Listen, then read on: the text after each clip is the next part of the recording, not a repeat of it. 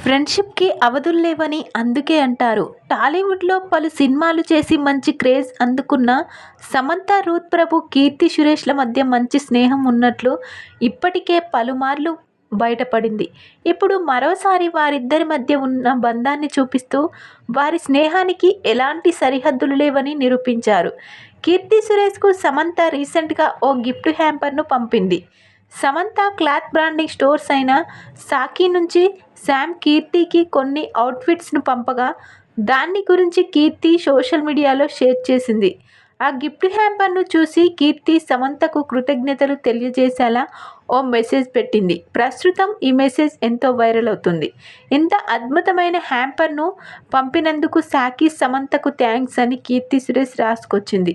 కీర్తికి సమంత పంపిన gift hamper కేవలం వారి మధ్య పరిచయాన్ని మాత్రమే కాకుండా తమ బాండింగ్ను తెలుపుతుంది. ఇక సినిమాల విషయానికొస్తే సమంత నుంచి ఆఖరిగా సీటాడెల్, హనీబన్నీ సిరీస్ రాగా కీర్తి సురేష్ రీసెంట్‌గానే తన బాలీవుడ్ డెబ్యూ బేబీ జాన్‌తో ప్రేక్షకుల్ని పలకరించింది.